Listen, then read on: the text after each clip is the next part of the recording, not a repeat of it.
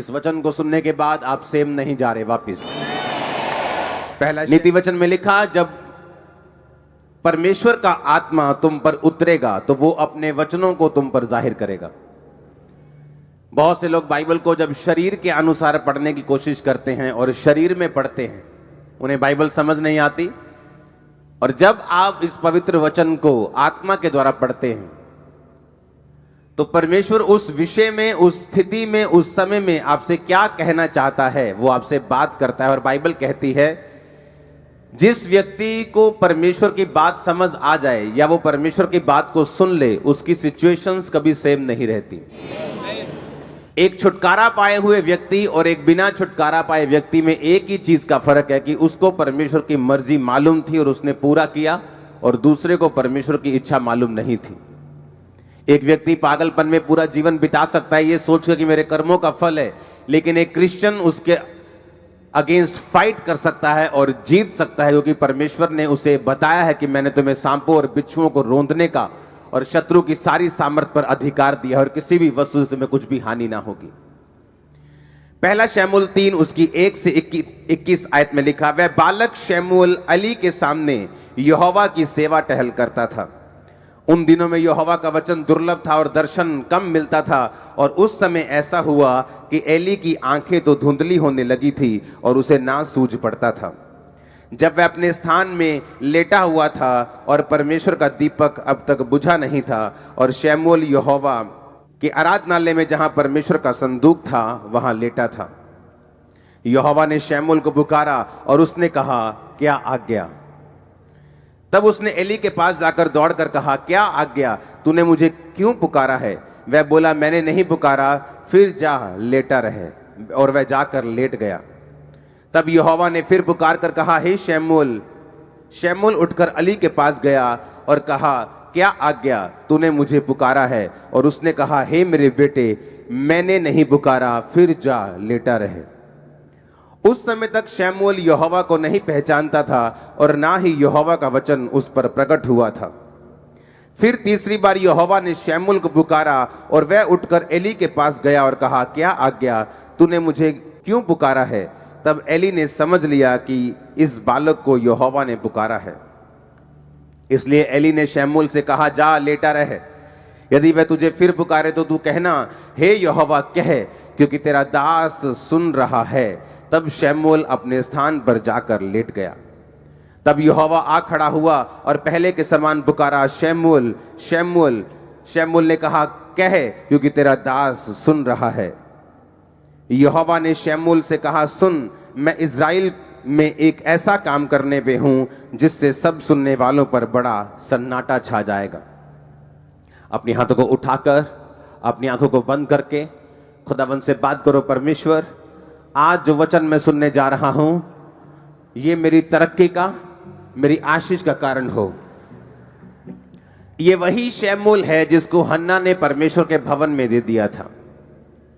और बाइबल कहती है वो एली याजक के नीचे काम करता था और वो भवन के सारी सेवा में लगा रहता था।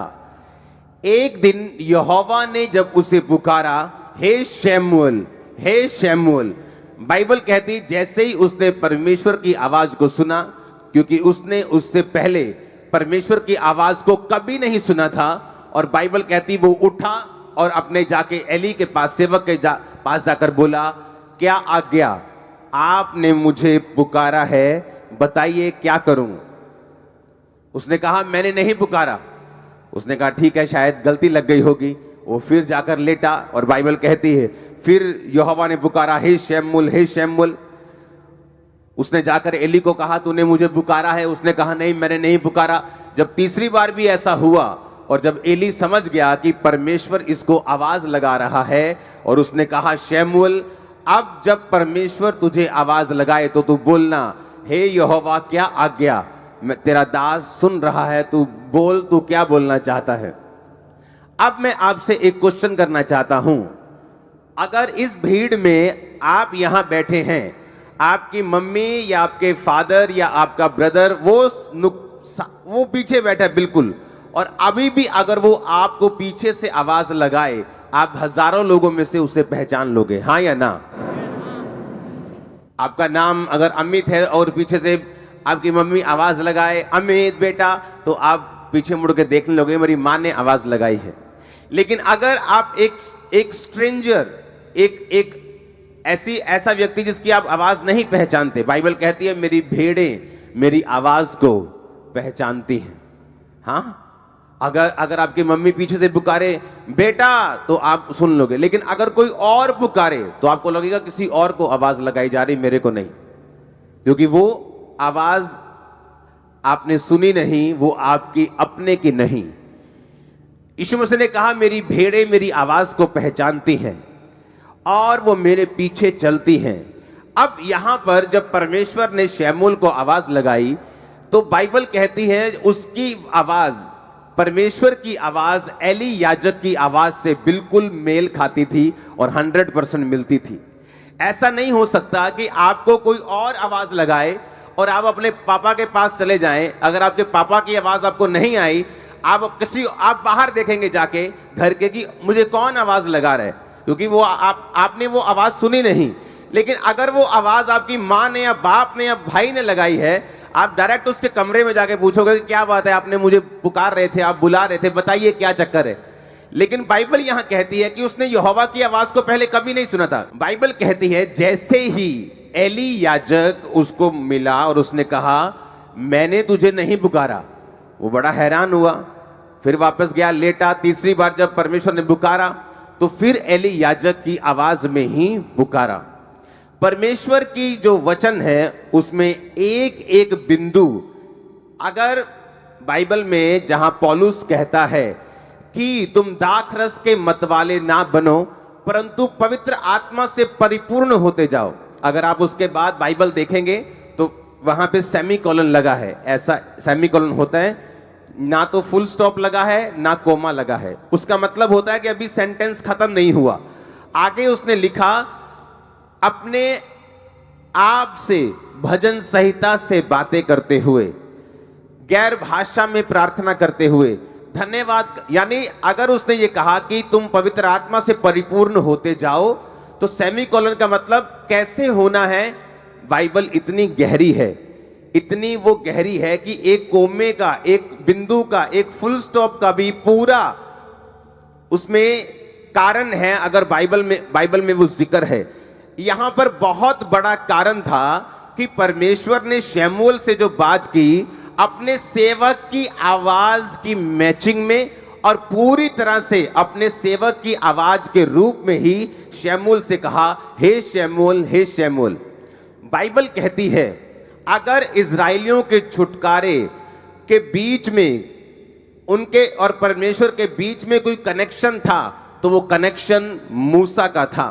बाइबल कहती है मूसा के चले जाने के बाद अगर कोई कनेक्शन उनका और परमेश्वर के बीच का था तो वो यहोशू था, वो जीसस क्राइस्ट थे, वो पतरस था, वो पौलुस था। बाइबल कहती है कि परमेश्वर ने जानबूझ के जब शमूएल को आवाज लगाई तो उसने जानबूझ के एली की आवाज में उसको आवाज लगाई। बाइबल कहती है कलीसिया का काम जो है सिर्फ चर्च में आके बरकत को पाना नहीं है। बरकत आपको मिल जाती है जिस दिन आप यीशु मसीह को ग्रहण करते हैं अपने उद्धारकर्ता के रूप में। लेकिन जब आप चर्च में लगाए जाते हैं, रोपे जाते हैं, बोए जाते हैं ताकि आप ग्रो कर सकें, आपका मकसद, एक पेड़ को लगाने का मकसद सिर्फ उसको ग्रो करना नहीं होता, बल्कि उस पेड़ का काम होता है फल देना, उस पेड़ का काम होता है छाया देना। बाइबल कहती है जब परमेश्वर आपको चुनते हैं और अपने भवन में लगाते हैं, जो लोग एक से ज्यादा सेवकाइयों में लगे हुए हैं वो किसी काम के नहीं, मैं आपको गारंटी दे सकता हूं। एक ऐसी मेजर सेवकाई होनी चाहिए जहां से आप परमेश्वर की आवाज को ले पाते हैं, जिसको आप रियली फॉलो करते हैं। अगर आप ज्यादा सेवकाइयों को फॉलो करते हैं आप कहीं नहीं पहुंचते। लेकिन बाइबल कहती है अगर आप एक आवाज को सुनते हैं और फॉलो करते हैं तो परमेश्वर आपको उस दिशा में लेके जाते हैं जो दिशा आपके लिए परमेश्वर ने चुनी है। अगर परमेश्वर ने शमूएल को भविष्यद्वक्ता के रूप में चुना तो परमेश्वर ने जो स्टार्टिंग की वो एली की आवाज के रूप में उसको पुकारा और फिर उसको प्रोफेटिक मिनिस्ट्री में परमेश्वर लेके गया। अब मैं आपको ये बात बताना चाहता हूं क्यों परमेश्वर ने उसको एली की आवाज में पुकारा।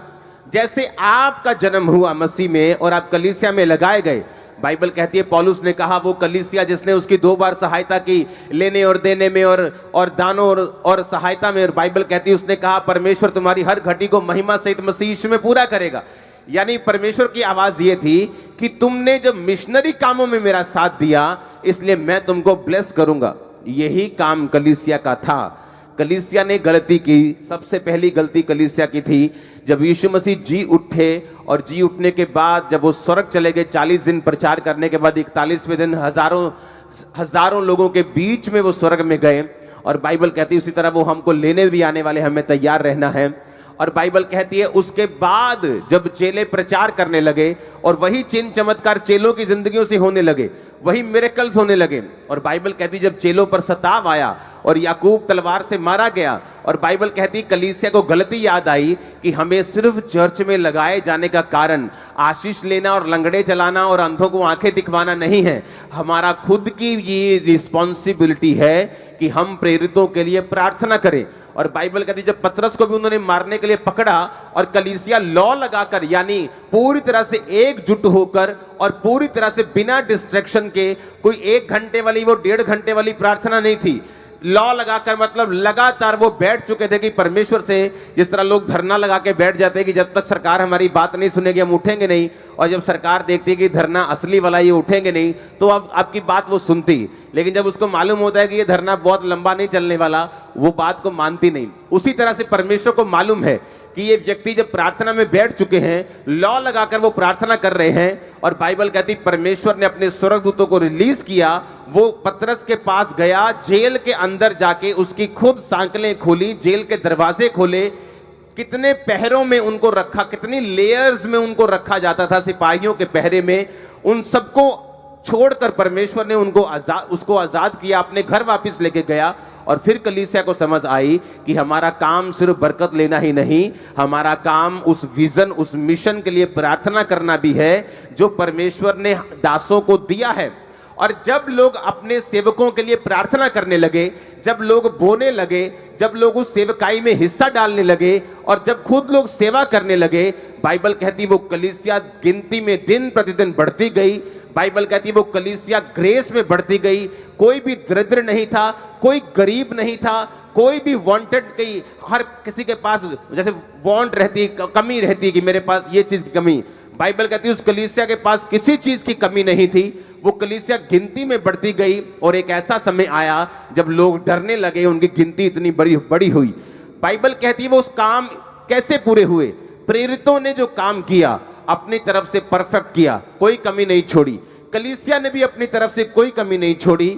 और बाइबल कहती है जब एक देह मिलकर कंप्लीट काम करती है, मुंह सही काम करता है, हाथ सही काम करते हैं, पैर सही काम करते हैं, तो बाइबल कहती है वो देह उन्नति पाती है, बरकत पाती है। और उसी तरह से बाइबल कहती है जब सबने मिलकर काम किया तो परमेश्वर ने अपनी आशीष को उस कलीसिया के ऊपर रखा। और बाइबल कहती कोई भी दरिद्र नहीं था, सब लोग ब्लेस्ड थे। आपको मैं उसी कलीसिया के रूप में आज से देखूंगा, आप लोगों को उसी कलीसिया के रूप में मैं जानना चाहूंगा। आमीन। मेरे को ऊंचे वाला चाहिए, बरकत ऊंचे वाली होगी। अब परमेश्वर का जो मकसद था वो मकसद था कि शमूएल के जरिए हमें ये बात को समझाना कि बाइबल कहती है जब इजराइलियों ने प्रार्थना की कि परमेश्वर, क्योंकि शैतान ने ज्यादा तंग करना शुरू किया, अगर शैतान ज्यादा तंग ना करता, मिस्री ज्यादा तंग ना करते तो कभी प्रार्थना वो बढ़ाते नहीं, सदा उस कंडीशन में पड़े रहते।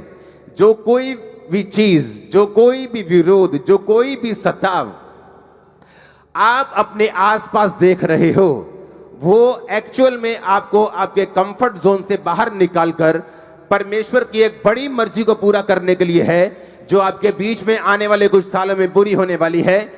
और आपका आमीन। वो चीजें जो मैं बोल नहीं सकता, मेरी प्रार्थना है कि परमेश्वर आपके हृदयों में वो चीजें डाल दे कि आप राज्य करने वाले हैं। आमीन। ऊंचाई आशीष आपकी चर्च। अब जब इजराइलियों ने प्रेयर की, जब शैतान को ये बात मालूम है, मैं आपको बार बार ये चीज बताता हूं, उसको मालूम है अंधेरे में खड़े को कि दूर से कोई रोशनी आ रही है, वो ट्रक की है कि बस की है कि कार की है कि बाइक की है, उसे ये नहीं मालूम, पर उसे मालूम है कुछ हो रहा है। शैतान को मालूम हो चुका है कि आप लोग बढ़ने वाले हैं, ब्लेस होने वाले हैं। और इसीलिए बाइबल कहती है जब राजा को डर पैदा हो गया कि ये लोग इतने सामर्थ में बढ़ गए हैं, तो बाइबल कहती वो उन्हें दुख देने लगे, उन्हें धमकियां देने लगे। लेकिन बाइबल कहती धमकियों के बावजूद भी, दुखों के बावजूद भी इजरायली लोग बढ़े और इतना बढ़े, इतना बढ़े, इतना बढ़े, क्योंकि यहोवा परमेश्वर उनके साथ था। अब शैतान को मालूम है कि क्या होने वाला है, इसीलिए वो सताव का, वो विरोध का, वो हर मीडियम का यूज करेगा। लेकिन मैं आपको ये बात यीशु मसीह के इस कुर्सी से बताना चाहता हूं, वो इतना शर्मिंदा होगा आज तक कभी ना हुआ होगा, इतना शर्मिंदा होने वाला है, वो शर्मिंदा होने वाला यीशु मसीह के सामर्थी नाम में। हालेलुया। और बाइबल कहती है जब उन्होंने प्रेयर की परमेश्वर हमें छुड़ा, परमेश्वर ने मूसा को खड़ा किया। जब उन्होंने प्रार्थना की परमेश्वर हमें बचा, उन्होंने यहोशू को खड़ा किया। जब उन्होंने प्रार्थना की परमेश्वर हमें इन फिलिस्तियों के हाथ से छुड़ा, तो बाइबल कहती है उसने सैमसन को पैदा किया। जब उसने फिर प्रार्थना की परमेश्वर मुझे छुड़ा, तो उन्होंने गिदोन को पैदा किया। जब जब भी परमेश्वर ने अपने लोगों को ब्लेस करना चाहा है, परमेश्वर ने अपने लोगों को खड़ा किया है। और बाइबल कहती है कि वही लोगों की आवाज की सिमिलैरिटी में, सेम उस आवाज में परमेश्वर इसलिए बात करता है ताकि वो आपको दिखा सके, समझा सके कि ये वो जन है जिसको तूने फॉलो करना है।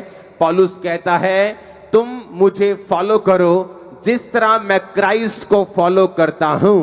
यानी मैं परमेश्वर से दर्शन को लूंगा, तुम्हें वो दर्शन को बताऊंगा, और अगर तुम उस दर्शन के अनुसार चलोगे, तुम और तुम्हारा घराना कभी भी सेम ना रहोगे, ना तुम्हारा फाइनेंस, तुम्हारी बॉडी, तुम्हारी सेहत, तुम्हारे बच्चे। आमीन हो चाहिए, बरकत आपकी है चर्च। हालेलुया। जब परमेश्वर के दास शमूएल ने रिकॉग्नाइज कर लिया कि परमेश्वर की आवाज जो थी वो शमूएल के, वो उसके जो स्पिरिचुअल फादर एली के रूप में परमेश्वर ने थी, और जब उसने समझाया और उसने डायरेक्ट किया, क्योंकि जो परमेश्वर के दास हैं, जब आप उनका पीछा करते हैं तो वो इसलिए पीछा नहीं करवाते कि वो अपना पीछा करवा सके। वो भी यही बोलते हैं कि तुम यहोवा की बात को सुनो, तुम्हारी हेल्प करते हैं। एली ने हेल्प की, उसको समझ नहीं आ रही थी क्या हो रहा है। एली ने कहा अब अगर तुझे आवाज आए तो कहना क्या आज्ञा, बोल, तेरा दास सुन रहा है। और बाइबल कहती है परमेश्वर ने फिर उससे बात करनी शुरू की इजराइल के बारे में, आने वाली घटनाओं के बारे में, कि वो दोनों होपनी और पिनहास नामक दोनों जो याजक जो कुकर्म करते थे और व्यभिचार करते थे और गलत भेंटों का प्रयोग करते थे गलत रीति से, कि वो मारे जाएंगे। और परमेश्वर ने शमूएल की सेवकाई को शुरू किया। शुरू होने से पहले उसने एली का पीछा किया, शुरू होने से पहले वो परमेश्वर के भवन में लगा रहा, परमेश्वर के भवन की सेवा करता रहा। आज लोगों को ये नहीं मालूम कि एक स्पिरिचुअल मेंटर की कीमत क्या है, स्पिरिचुअल फादर की कीमत क्या है। जिस तरह शरीर में लोग व्यभिचारी हैं, आत्मा में भी लोग व्यभिचारी हैं। 10-10, 5-5 मिनिस्ट्रीज को फॉलो करते हैं, कभी मालूम नहीं होता हमें क्या करना है, कभी कहीं नहीं पहुंचते कि मुझे किस दिशा में जाना है, क्योंकि उनकी आवाजें जो हैं वो मल्टीपल हैं। उन्हें ये नहीं पता कि मुझे कौन सी आवाज को फॉलो करना है, इसीलिए वो वहां नहीं पहुंच पाते जहां परमेश्वर उनको लेके जाना चाहता है। अब परमेश्वर ने अपनी आवाज में, जब एली की आवाज में उसको आवाज लगाई, तो परमेश्वर ने ये बता दिया कि तुझे मैंने, तेरे स्पिरिचुअल फादर अपने दास की आवाज में इसलिए आवाज लगाई है ताकि ये मैसेज दुनिया तक पहुंच सके कि अगर परमेश्वर तुम्हें छुड़ाना चाहता है, वो तुम्हें अच्छी संगति देगा, वो तुम्हें जीवित चर्च देगा, वो तुम्हें अच्छे दास देगा। तुम दुनिया में जहां भी मुझे सुन रहे हो, जहां भी तुम जिस चर्च में जाते हो, वो जीवित चर्च होनी चाहिए, जीवित वचन होना चाहिए, हर एक चीज वहां होनी चाहिए। मिरेकल्स होने चाहिए, वचन की गहराई होनी चाहिए, पैसों की लूटपाट नहीं होनी चाहिए। बाइबल कहती है जब आप इन वचनों को सुनकर परमेश्वर की आवाज को समझना शुरू कर देते हैं, तो वो आपकी बुलाहट में आपको एंटर करवाना शुरू करता है। जिसके लिए उसने आपको अपने पास बुलाया, जिस काम के लिए परमेश्वर ने आपको चुना, वो एक प्रॉफिट हो सकता है, वो एक सेवक के रूप में हो सकता है, एक डॉक्टर के रूप में हो सकता है, एक नर्स के रूप में हो सकता है, एक बिजनेसमैन के रूप में हो सकता है। हर एक व्यक्ति की कॉलिंग अलग अलग है। वो कॉलिंग परमेश्वर आप तक पहुंचाता है जब आप भवन में लगाए जाकर इन सब अपनी ड्यूटीज को पूरा करते हैं। अगर आप प्रार्थना कर सकते हैं, आप प्रार्थना करते हैं। अगर आप बीज बोना जानते हैं, आप बीज बोते हैं। अगर आप कुछ भी करना जानते हैं, आप कोई भी वरदान आपके पास है, गिफ्ट आपके पास है, आप उसे परमेश्वर के भवन के लिए, आप उसे सेवकाई के लिए यूज करते हैं। और इसी काम के लिए परमेश्वर ने आपको अपने पास बुलाया। उसने सिर्फ ऐसी कलीसिया बनने के लिए आपको नहीं बुलाया कि आप आए, आमीन आमीन करें, अपनी हीलिंग ले, ब्लेसिंग ले, अपनी साल्वेशन ले और यहां से चले जाएं। बाइबल कहती है आप ब्लेस्ड हैं दूसरों को ब्लेस करने के लिए, डिलीवर हैं दूसरों को डिलीवर करने के लिए, आप चंगे हैं दूसरों को चंगा करने के लिए, आप बचाए जा चुके हैं दूसरों को बचाने के लिए। ओ आमीन, ऊंचा चाहिए, ये बरकत आपकी है। आज के बाद अब जब यहां से जाएं, आप दूसरों को बचाने वाले बने, दूसरों को हील करने वाले बने, दूसरों को डिलीवर करने वाले बने, दूसरों को आजाद करने वाले बने, अपने परिवार को बचाने वाले बने। आमीन, ऊंचा, पवित्र आत्मा आप पे उतरे यीशु मसीह के नाम में। हालेलुया। और ये परमेश्वर का प्लान था, इसलिए उसने गलती नहीं की। इस दुनिया में 800 करोड़ लोग हो चुके हैं। 800 करोड़ में कम से कम आप लगा लो 780 करोड़ लोगों की आवाज एक दूसरे से नहीं मिलती होगी। हाँ, कुछ की थोड़ी बहुत मिलती है, लेकिन एग्जैक्ट नहीं। लेकिन बाइबल कहती परमेश्वर ने एली के आवाज, एग्जैक्ट आवाज में ही उसको आवाज लगाई। वो आपको एक मैसेज देना चाहता है कि परमेश्वर का मुंह नहीं है, मेरा मुंह उसका मुंह है, आपके हाथ उसके हाथ है। आप मेरी बात ध्यान से समझेंगे तो जरूर ब्लेस होंगे। आज मैंने कहा उसका मुंह नहीं है, मेरा मुंह उसका मुंह है, आपके हाथ उसके हाथ हैं। वो जितने समर्पित हैं उतना वो काम कर लेगा, और जितना वो काम करेगा उतना वो आपको ब्लेस करेगा। आमीन। जिन व्यक्तियों का शरीर परमेश्वर के लिए समर्पित है, पवित्र आत्मा उनसे गैर भाषाओं के जरिए दूसरे लोगों के लिए, दूसरे देशों के लिए, जिनको आप जानते तक नहीं, उनके लिए वो प्रार्थना करवाता है आपके अंदर से। जो पवित्र आत्मा के साथ समर्पित हृदय के साथ चलते हैं, आप गैर भाषा में प्रार्थना करते हैं, आप नहीं जानते आप किन के लिए प्रार्थना कर रहे हैं। अपने लिए प्रार्थना कर रहे हैं कि दूसरे के लिए कर रहे हैं कि सेवक के लिए कर रहे हैं। और इसलिए पौलुस ने कहा था, जब मैं गैर भाषा में प्रार्थना करूंगा तो मैं आत्मा से भी करूंगा और बुद्धि से भी करूंगा। बुद्धि से यानी कि मैं प्रेयर पॉइंट्स के साथ भी करूंगा, लिखकर प्रार्थना भी करूंगा, और आत्मा के साथ प्रार्थना भी करूंगा। और जब आप पवित्र आत्मा को अपना शरीर देते हैं, एक व्यक्ति जो व्यभिचार में उलझा हुआ, पाप में उलझा हुआ, फोन में उलझा हुआ, फेसबुक में उलझा हुआ, इंस्टाग्राम में उलझा हुआ, वो परमेश्वर के सामने समर्पित नहीं है। वो ऐसा व्यक्ति नहीं जिसे पवित्र आत्मा यूज कर सके। वो आशीषित हो सकता है, ब्लेस्ड हो सकता है स्वर्ग भी चला जाए अगर कोई मेजर पाप उसकी लाइफ में नहीं है।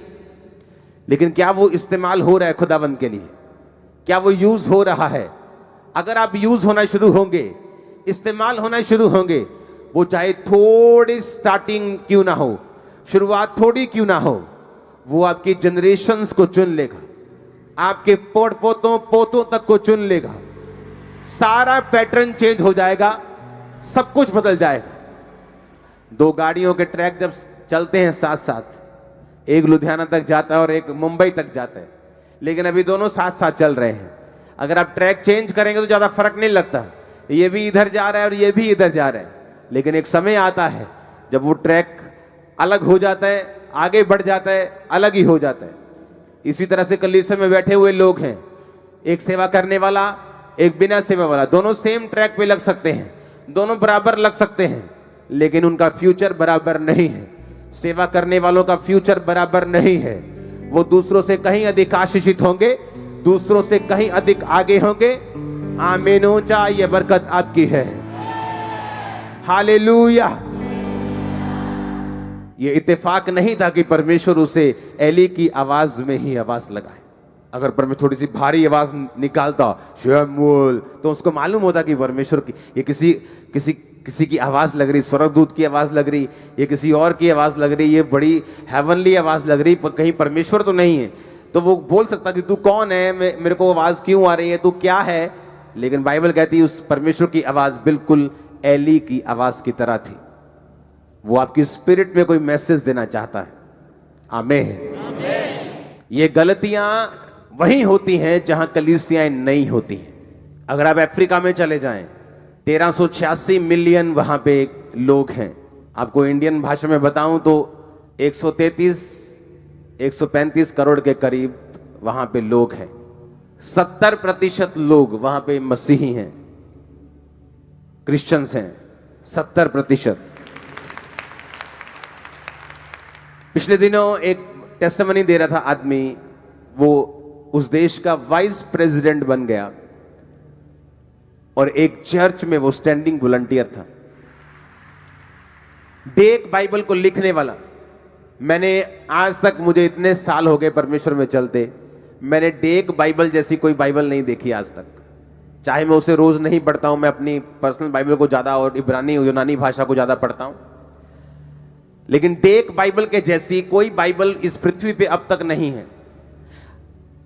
बाइबल अलग अलग नहीं है। कुछ लोग बोलते बाइबल में शोध हुई है, इन्होंने बाइबल जो 1000 शोधा हो गई हैं जी।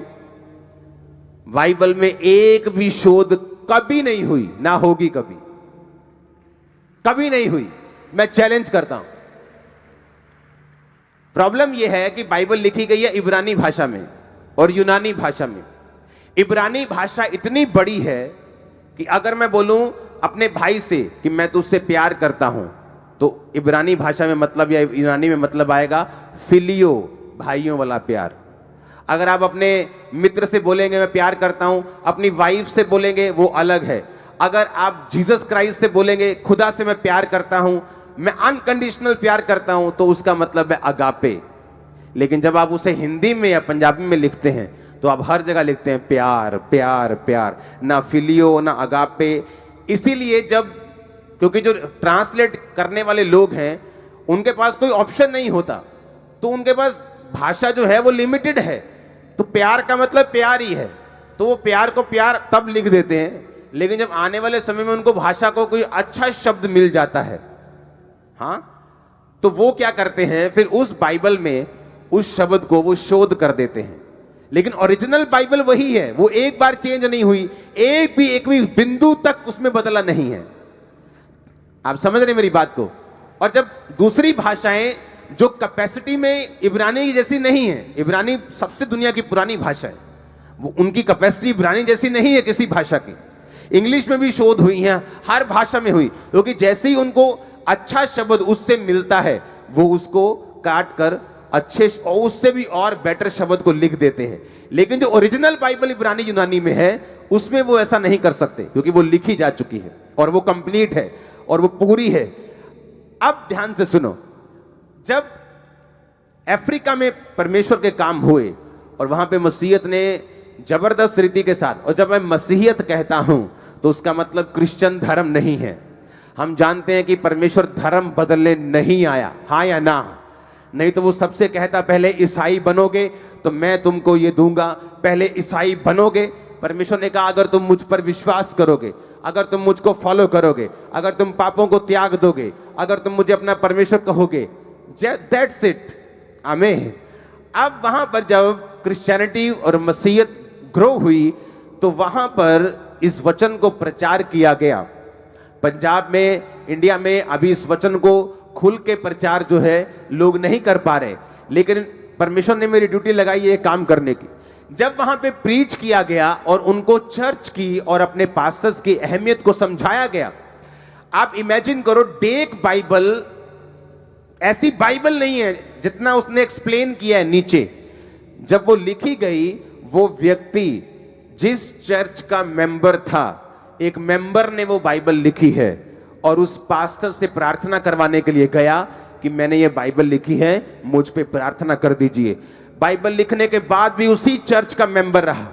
आज कोई अगर एक काम कर दे, इंटरनेट पे उसके 10 व्यू भी आ जाएं, तो अपने आप को इतना कलीसिया से बड़ा समझने लगता है। उसको लगता है कि अब मुझे किसी कलीसिया की जरूरत नहीं, मैं अगर जितना कलीसिया के बाहर काम करूंगा उतना लोग मुझे ज्यादा इनवाइट करेंगे, और धोबी का कुत्ता ना घर का ना घाट का। क्योंकि आपको एक भवन चाहिए होता है जहां से आप इंस्ट्रक्शंस ले सके, जहां से खुदा आपसे बात कर सके। आपको मालूम हो कि इस मैन ऑफ गॉड की इंस्ट्रक्शन को मैंने लेना है और इसी को फॉलो करना है, दैट्स इट। किसी से नफरत नहीं करना, किसी की टीचिंग को निंदना नहीं है, लेकिन वो बाप एक होता है जिसकी आवाज को हम सुनते हैं। अब वो देखो, वो आदमी अभी भी उस चर्च में है।